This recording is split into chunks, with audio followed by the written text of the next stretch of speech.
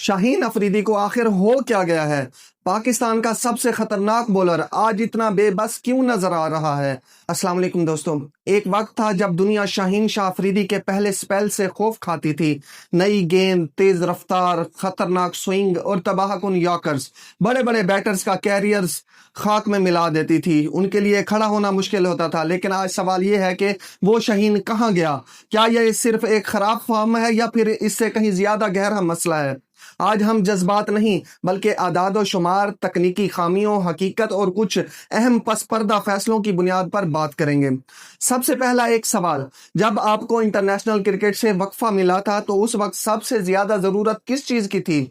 मजीद टी20 leagues खेलने की या अपनी फिटनेस, बॉडी मैकेनिक्स और बॉलिंग एक्शन पर काम करने की?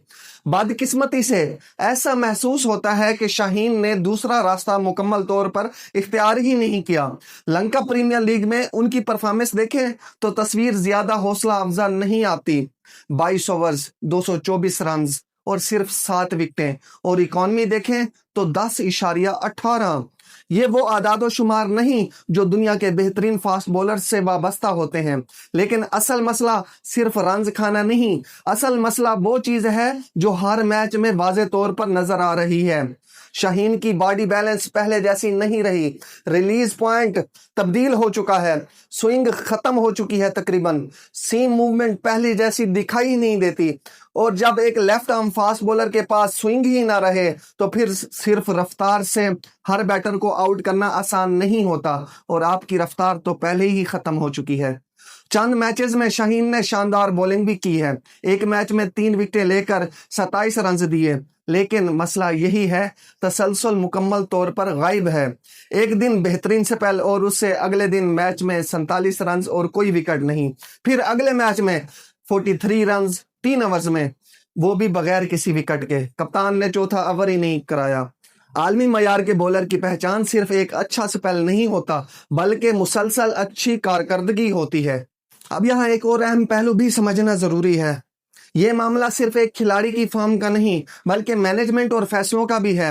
आकिब जावेद ने खुद प्रेस कॉन्फ्रेंस में शाहीन को स्क्वाड से ड्रॉप करते हुए कहा था कि उनका पेस गिर चुका है और उन्हें अपनी बॉलिंग पर मजीद काम करने की जरूरत है। अगर वाकई उन्हें अपनी बॉलिंग पर काम करने की जरूरत थी तो फिर सवाल ये पैदा होता है कि पीसीबी ने उन्हें नेशनल एकेडमी में बुलाकर उनकी रिहैब, उनकी फिटनेस और तकनीक पर मुकम्मल काम करने की बजाय लंका प्रीमियर लीग के लिए एनओसी क्यों जारी किया? क्या यह बेहतर फैसला था या फिर एक ऐसे वक्त में जब एक बॉलर को रीबिल्डिंग की जरूरत थी उसे दोबारा लीग्स की तरफ धकेल दिया गया? ये वो सवाल हैं जो सिर्फ शाहीन नहीं पूरे सिस्टम पर उठते हैं। और अगर हम तकनीकी पहलू पर वापस आए तो हकीकत यह है कि अगर एक बॉलर इंजरी के बाद मुसलसल जिद्दोजहद कर रहा है, स्ट्रगल कर रहा है, तो उसे सिर्फ मैचेस नहीं बल्कि रीसेट की जरूरत होती है।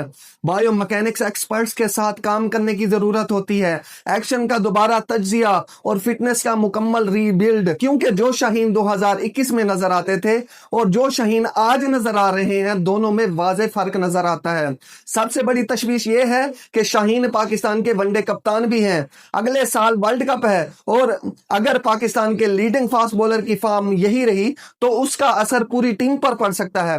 हर पाकिस्तानी क्रिकेट फैन यही चाहता है कि शाहीन दोबारा वही खतरनाक बॉलर बनकर वापस आए जिससे दुनिया की बेहतरीन बैटिंग लाइनअप्स खौफ खाती थी। क्योंकि फॉर्म आर्जी होती है लेकिन क्लास हमेशा वापस आ सकती है, बशर्ते के उस पर सही सिमत में मेहनत की जाए। अब आखिर में सवाल आपसे, क्या शाहीन सिर्फ खराब फॉर्म से गुजर रहे हैं या वाकई उन्हें अपनी बॉलिंग, फिटनेस और सिस्टम लेवल पर असर नौ काम करने की जरूरत है? अपनी राय कमेंट्स में जरूर बताएं। शुक्रिया।